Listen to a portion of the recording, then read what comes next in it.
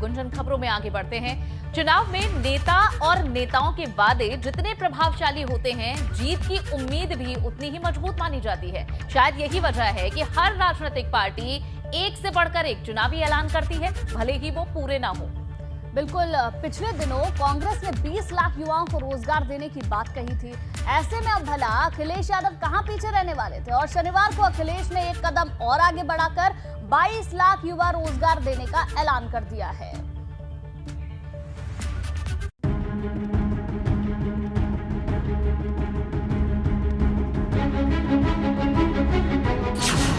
अखिलेश का 5वां चुनावी ब्रह्मास्त्र। 22 में जब सरकार बनेगी तो 22 लाख नौजवानों को उससे ज्यादा सीधा रोजगार से जोड़ने का काम समाजवादी सरकार में होगा। सबसे बड़ा चुनावी खेल, सेल सेल सेल। पुरानी पेंशन योजना को बहाल किया जाएगा। प्रति वर्ष 18,000 रुपए पेंशन देने का काम। तो 300 यूनिट घरेलू बिजली फ्री होगी। सभी किसानों की सिंचाई के लिए मुफ्त बिजली दी जाएगी।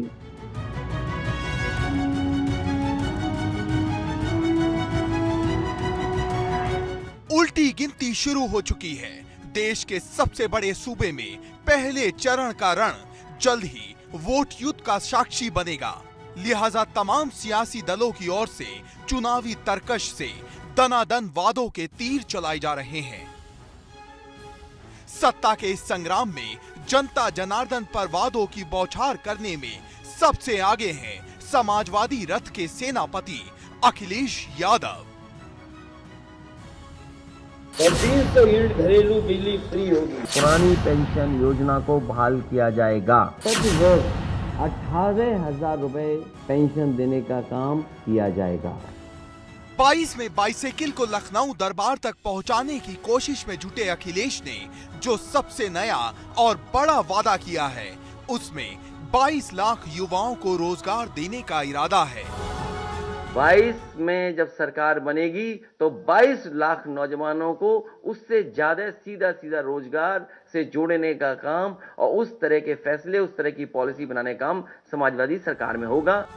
जाहिर है अखिलेश का ये ऐलान सूबे में पहली दफा वोट शक्ति का इस्तेमाल करने वाले 27% युवाओं को साधने के लिए है। 22 में जब सरकार बनेगी तो 22 लाख नौजवानों को उससे ज्यादा सीधा रोजगार से जोड़ने का काम समाजवादी सरकार में होगा। पुरानी पेंशन योजना को बहाल किया जाएगा। 2005 से पूर्व कर्मचारियों को मिलने वाली पुरानी पेंशन व्यवस्था लागू की जाएगी। वृद्ध, जरूरतमंद महिलाएं, बीपीएल परिवार, उनको प्रति वर्ष 18,000 रुपए पेंशन देने का काम किया जाएगा। कि सभी फसलों के लिए एमएसपी प्रदान की जाएगी और सभी किसानों की सिंचाई के लिए मुफ्त बिजली दी जाएगी। हम समाजवादी लोग जब सरकार बना लेंगे तो 300 यूनिट घरेलू बिजली फ्री होगी। लेकिन दिलचस्प तो ये है कि साल की शुरुआत के साथ ही अखिलेश ने एक के बाद एक कई चुनावी वादे किए, जिसमें 22 लाख रोजगार के अलावा सरकारी नौकरी में पेंशन बहाली, सालाना 18,000 रुपए वृद्धावस्था पेंशन, किसानों को साधने के लिए, सिंचाई के लिए मुफ्त बिजली समेत 300 यूनिट फ्री बिजली के वादे शामिल है। अखिलेश की ओर से किए गए तमाम वादे चुनावी नतीजों पर क्या असर डालेंगे, ये तो आने वाला वक्त ही बताएगा। लेकिन ये तय है कि वोट युद्ध से ठीक पहले होड़ मतदाताओं के बीच वादों की पिच पर ज्यादा भरोसेमंद साबित होने की है। जिस तरह से रोजगार की समस्या है, हम कह रहे हैं, कांग्रेस पार्टी ने घोषणा की है कि हम 20 लाख रोजगार दिलवाएंगे, जिसमें से 8 लाख रोजगार जो आरक्षण के प्रावधान है उनके तहत ही महिलाओं को भी मिलेंगे। 22 में जब सरकार बनेगी तो 22 लाख नौजवानों को उससे ज्यादा सीधा रोजगार से जोड़ने का काम और उस तरह के फैसले, उस तरह की पॉलिसी बनाने का काम समाजवादी सरकार में होगा। क्योंकि अखिलेश के 22 लाख नौकरियों वाले ऐलान से एक दिन पहले ही प्रियंका यूपी से 20 लाख रोजगार देने का वादा कर चुकी है। 20 लाख सरकारी नौकरियां आरक्षण प्रावधानों का पालन करते हुए हम दिलवाएंगे। इसमें प्राथमिक विद्यालयों में 1.5 लाख शिक्षकों की भर्ती है, जो खाली हैं, पद खाली हैं, उनको भरा जाएगा। माध्यमिक में 38,000 शिक्षकों के पद खाली हैं, उनको भरा जाएगा। उच्च शिक्षा में 8,000 शिक्षकों के पद खाली हैं, इन्हें भरा जाएगा। 20,000 आंगनवाड़ी कार्यकर्ताओं को और 27,000 आंगनवाड़ी सहायिकाओं को भी यहाँ पे नियुक्त हो सकती हैं, इनके भी पद खाली हैं। वैसे सत्तारूढ़ भाजपा के वादों का पिटारा अभी खुलना बाकी है। इसी कवायद को साकार करने के लिए पार्टी जनता के सुझावों से तैयार किया गया संकल्प पत्र लाने वाली है। लेकिन मुद्दे की बात तो ये है कि चुनावी मौसम में इस तरह के वादे खूब किए जाते हैं, लेकिन देखना ये होगा कि वादों के सहारे किसकी बनती है सरकार। Bureau report, ABP Ganga. तो गुंजन, सबके अपने अपने वादे हैं, लेकिन वादा वही अच्छा है जो पूरा हो जाए, और पार्टियों को भी ये कोशिश करनी चाहिए कि ऐसे ही वादे जनता से किए जाएं। बिल्कुल ठीक बात है अनु। चलिए खबरों में अब आगे बढ़ते हैं। उत्तराखंड की बाकी 11 सीटों पर आज भाजपा ऐलान कर सकती है। आज जारी हो सकती है भाजपा प्रत्याशियों की दूसरी लिस्ट। भाजपा का 11 सीटों पर प्रत्याशियों के नाम का ऐलान होना अभी बाकी रह गया है। बिल्कुल, और 59 सीटों पर भाजपा घोषित कर चुकी है अपने प्रत्याशी। टिकट दावेदारी को लेकर भाजपा में घमासान मचा हुआ है। अब 11 सीटों को लेकर जहां लगातार ये मंथन किया भी जा रहा था, टिकट दावेदारी को लेकर भाजपा में काफी खींचतान भी नजर आ रही है, जबकि चुनावों से पहले ये स्थिति लगभग सभी पार्टियों में नजर आती है। लेकिन इन 11 सीटों पर आज भाजपा ऐलान कर सकती है कि आखिर किन्हें ये सीट दी जाएंगी, और सीटों की मारामारी ही रही है। इसी वजह से कई बड़े नेता हैं जो भाजपा को छोड़कर कांग्रेस में वापसी कर चुके हैं। लेकिन अब इन सीटों पर सभी की नजर है कि भाजपा इन पर किन प्रत्याशियों को उतारती है, क्योंकि उससे कांग्रेस की जो सूची है वो भी प्रभावित होगी। कांग्रेस भी अपनी उन सीटों को एक तरह से दबाकर अभी बैठी है। वो देखना चाहती है कि भाजपा इन पर क्या स्टैंड ले रही है, किस तरह के उम्मीदवार दावेदार उतार रही है, और उसके बाद ही ये देखना होगा कि बाकी पार्टियों की स्ट्रैटेजी में भी क्या कुछ बदलाव हो पाता है।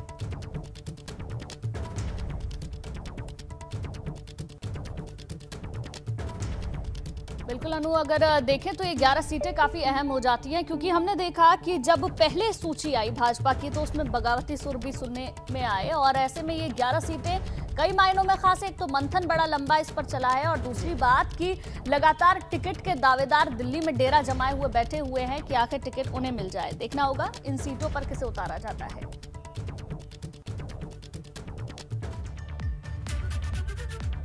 और चलिए अब सीटों के बाद बात कर लेते हैं वादों की, और बात कर लेते हैं मुद्दों की भी। दरअसल इंडिया गेट से अमर जवान ज्योति और वॉर मेमोरियल ज्योति के विलय को लेकर कांग्रेस हमलावर नजर आ रही है। लगातार प्रदर्शन किए जा रहे हैं, और इस मुद्दे को भुनाने की कोशिश कांग्रेस इन चुनावों में करती नजर आ रही है। माहौल जो चुनावी है, इसमें कांग्रेस इस मुद्दे को भुनाने का प्रयास कर रही है। शनिवार को देहरादून में कांग्रेस के राष्ट्रीय प्रवक्ता गौरव वल्लभ ने एक प्रेस कॉन्फ्रेंस कर केंद्र सरकार को इस मामले में घेरा है। तो जहां 50 साल का जो इतिहास है उसे खत्म करने के तौर पर कांग्रेस इसे प्रेजेंट कर रही है, और उत्तराखंड जो कि जवानों की, सैनिकों की धरती माना जाता है, वहां पर ये एक बड़ा मुद्दा है, और इसी मुद्दे को उठाया है कांग्रेस ने। जहां कांग्रेस के दिल्ली में बैठे आलाकमान भी इस मुद्दे पर अपनी तीखी प्रतिक्रिया दे चुके हैं। आपने इंदिरा गांधी जी के नाम की लौ को नहीं बुझाने का काम किया है। आपने भारतीय सेना के सैनिकों की वीरता, साहस और उनके अदम्य पराक्रम को बुझाने का काम किया है, और उत्तराखंड की वीर जनता इसके लिए हिंदुस्तान की सरकार को कभी माफ नहीं करेगी। वहीं भाजपा से निकाले जाने के बाद कांग्रेस में वापसी करने वाले हरक सिंह रावत के सबसे करीबी नेताओं में शामिल उमेश शर्मा काऊ को गिना जाता है। पिछली बार जब हरक सिंह ने कैबिनेट से इस्तीफा दिया था, तब भी उमेश शर्मा काऊ ने ही उन्हें मनाने और वापसी कराने में अहम भूमिका निभाई थी। लेकिन अब उमेश शर्मा काऊ की राह हरक रावत से अलग हो चुकी है। बिल्कुल, एक बड़ी भूमिका जब कैबिनेट मीटिंग से निकले थे हरक सिंह रावत, तब भी काऊ का नाम उन्हें मनाने में आया था। रायपुर से फिर भाजपा प्रत्याशी बनाए जाने के बाद अब उमेश शर्मा ने अपने पुराने साथी हरक रावत पर बड़ा बयान दिया है। काऊ ने कहा है कि अब उनकी राहें अलग हो चुकी हैं। उन्होंने कहा कि हरक रावत को दिल्ली जाने से बहुत रोका, कांग्रेस ज्वाइन करने से पहले भी मना किया, लेकिन उनकी इच्छा थी कि वे कांग्रेस में जाएंगे, इसलिए अब विचारधारा और पार्टी दोनों ही अलग अलग है। जहां भी रहें ईश्वर उनका भविष्य उज्जवल करे और हमारे साथी हैं, इससे ज़्यादा और क्या कह सकते हैं। लेकिन एक साथी चला जाने का दुख तो है नहीं, हमने समझाने का बहुत काम किया, अपना अपना है, ईश्वर को इतने ही दिन साथ मंजूर था। हमने अपने साथी को बहुत समझाने की, वो कई बार मैं क्यों कहूँ बहुत मेरा सम्मान भी किया, कई बार उन्होंने मेरी बात भी मानी, लेकिन आखिर में शायद ईश्वर को इतना ही मंजूर था। चलिए आगे बढ़ते हैं। दिल्ली में आज भाजपा कोर कमेटी की बैठक होनी है। यूपी के उम्मीदवारों को लेकर आज अहम मंथन होना है। भाजपा यूपी के 195 प्रत्याशियों के नामों का ऐलान आज कर सकती है। दोपहर 3 बजे के बाद कोर ग्रुप की ये महत्वपूर्ण बैठक होनी है। बिल्कुल, तो लगातार बैठकों का दौर बीजेपी का चल रहा है दिल्ली में और अब यूपी के उम्मीदवारों को लेकर आज एक और मंथन होना है। भाजपा यूपी के 195 प्रत्याशियों के नामों का ऐलान करेगी। दोपहर 3 बजे के बाद कोर ग्रुप की ये मीटिंग होने जा रही है और उसके बाद देखना होगा कि किन नामों पर मोहर लगती है।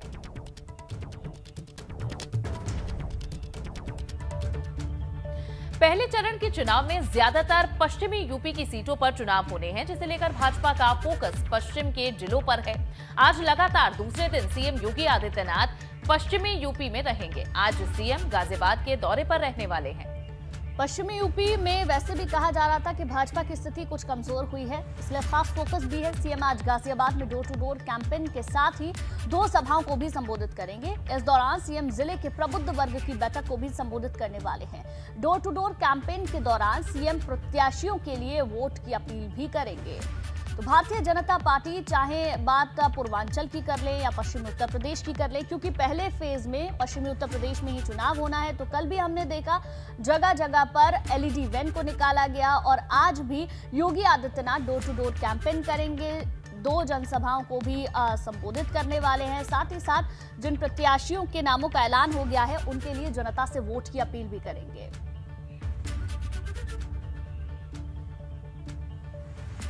और ज्यादा जानकारी के लिए रुक कर लेते हैं शक्ति सिंह, हमारे गाजियाबाद से संवाददाता जुड़ चुके हैं।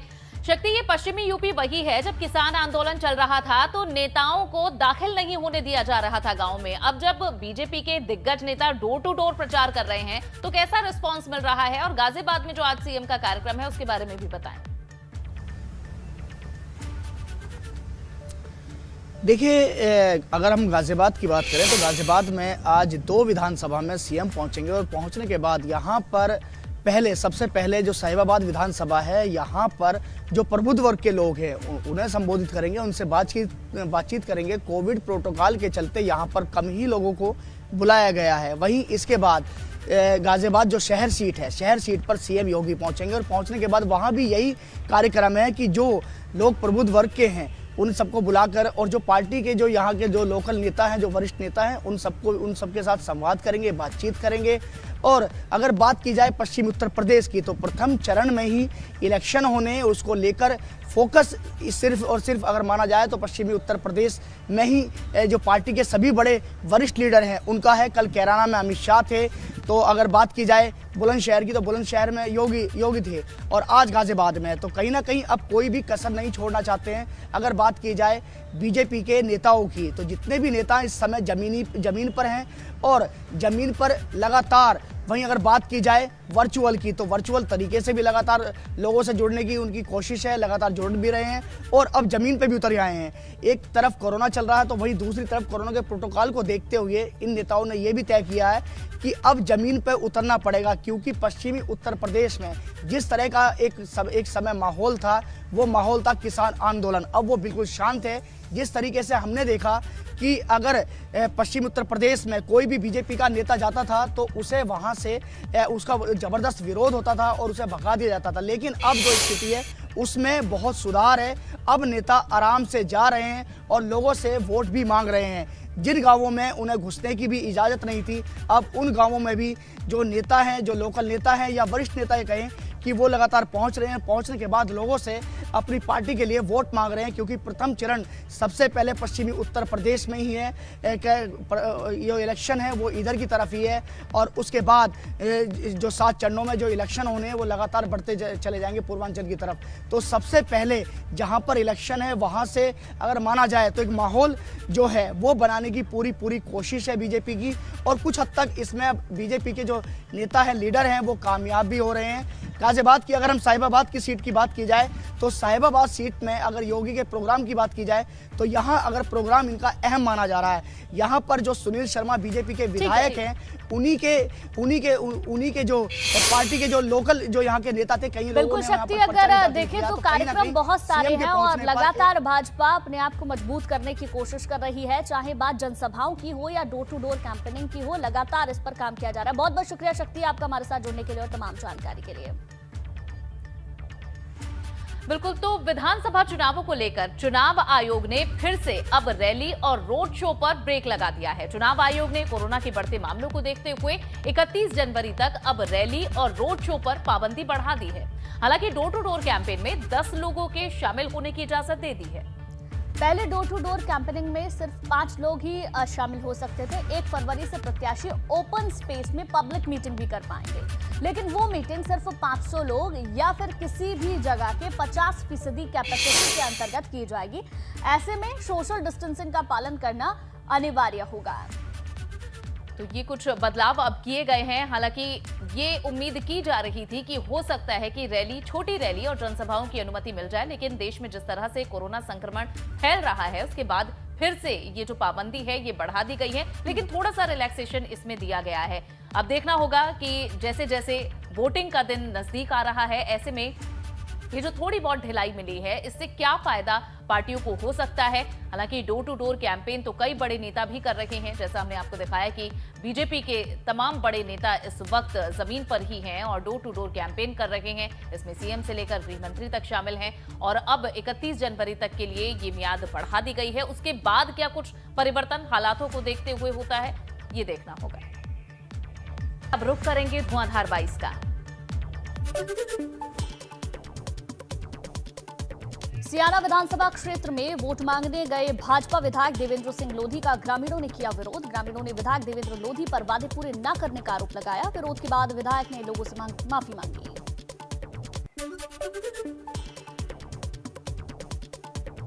कांग्रेस नेता प्रवीण सिंह एरन और उनकी पत्नी सुप्रिया के सपा में शामिल होने पर कांग्रेस के प्रदेश प्रवक्ता केबी त्रिपाठी ने कसा तंज। कहा, सपा पर मुझे तरस आ रहा है। सपा के उम्मीदवारों का अकाल पड़ चुका है। कांग्रेस की जीत का दावा भी किया।